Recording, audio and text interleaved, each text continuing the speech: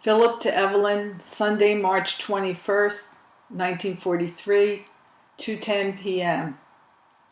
Evelyn, dearest, last night I was on convoy, and what is more, got a big kick out of it.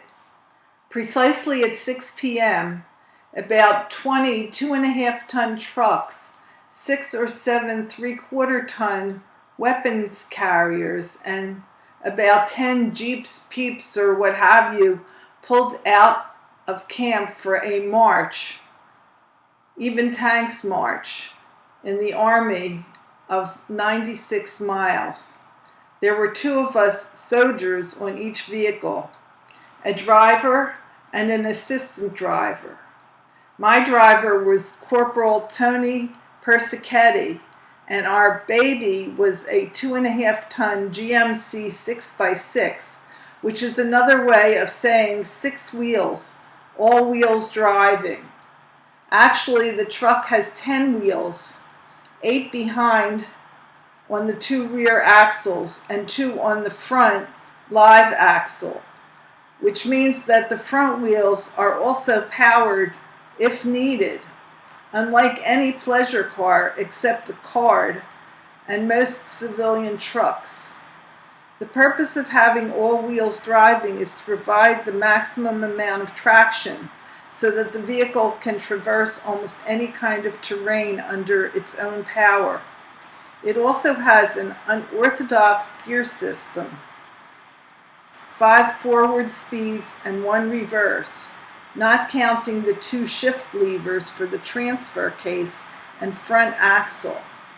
I tell you all this not because I think you'll be particularly interested, Chippy, but to impress you with the complicated hunk of machinery I was called upon to drive. Yes, I said drive. At 1300 o'clock, 1 p.m., all the drivers assembled for instructions and orders, and Lieutenant Scott explained the, quote, problem, unquote. After he finished, he inquired if there were any questions, whereupon I promptly asked him if assistant drivers would be called upon to drive. Driving will be divided equally between the 2 men, he says. But I have no GI license, sir, says I. Have you ever driven a 2.5-ton truck? He asks. No, sir, says I. You start today, says he. And that's how come your hubby, who has never driven a truck worthy of the name, suddenly finds himself driving this 10-wheel, 2.5-ton, 6-year hunk of truck, and doing very well, thank you. Naturally, I was a bit jittery at first, but the nervousness wore off rapidly when I realized that this buggy was, page 2, my meat, and thoroughly enjoyed the ride. I drove 40 of the 96 miles, Tony the remainder. 20 miles of the 40 was blackout driving, but a scrumptious full moon bathed the whole countryside in silver, and it was easy to see one's way. The silver and black picture that unrolled before us was one of breathtaking beauty, and I wished heartily that you were taking that ride with me. You'd have loved it, sweet. Even the stolid Tony was moved to remark on the beauty of the scene.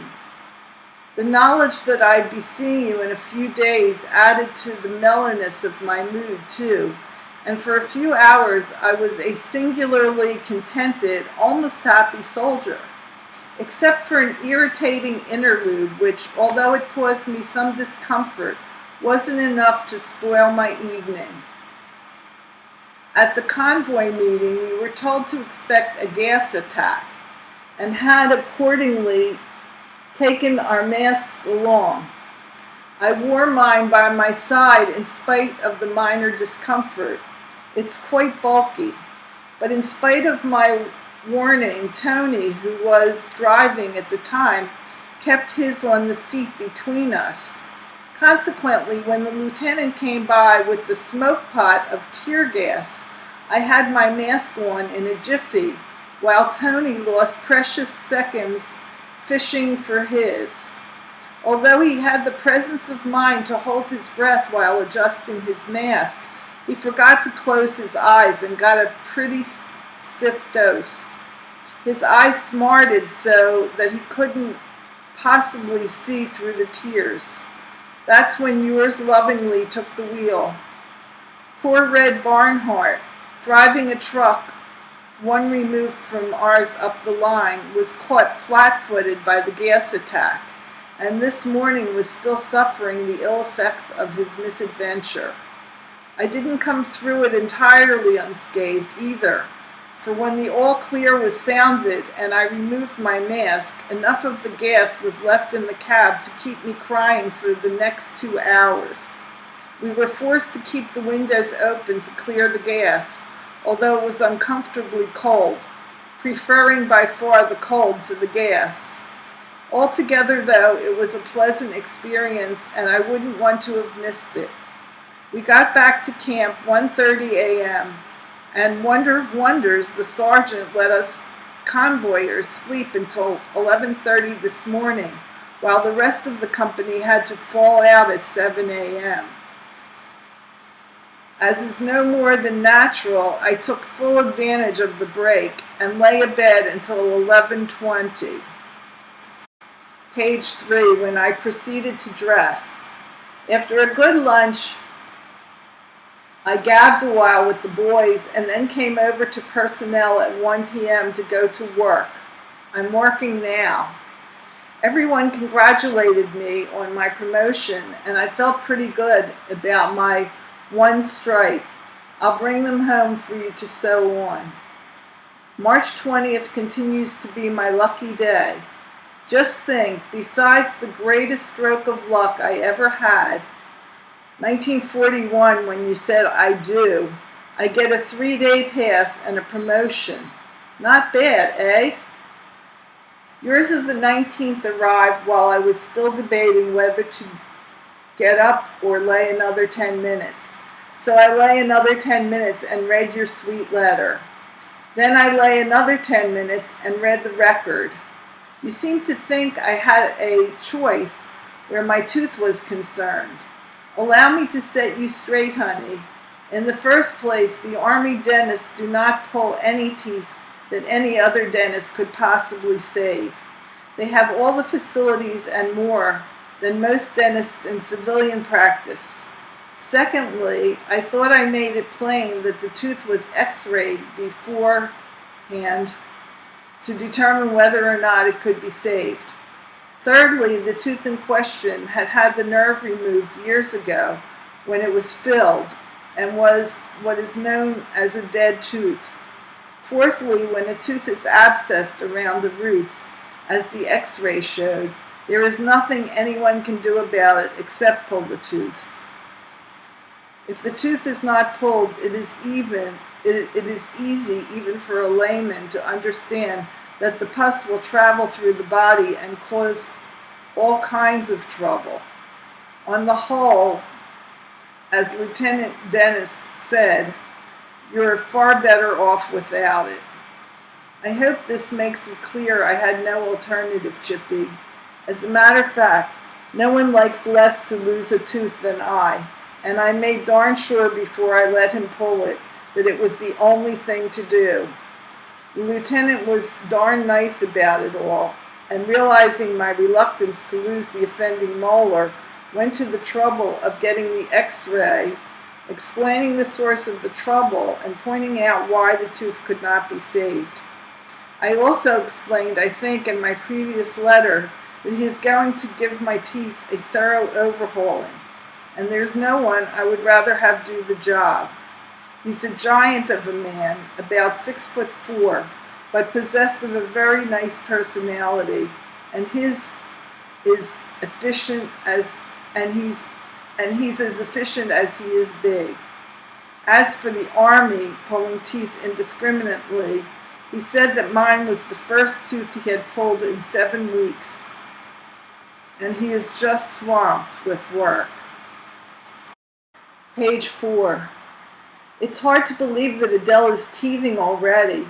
And I wish she wouldn't waste any time taking her to Dr. Gale to determine if this is the underlying cause of her crankiness in the past week.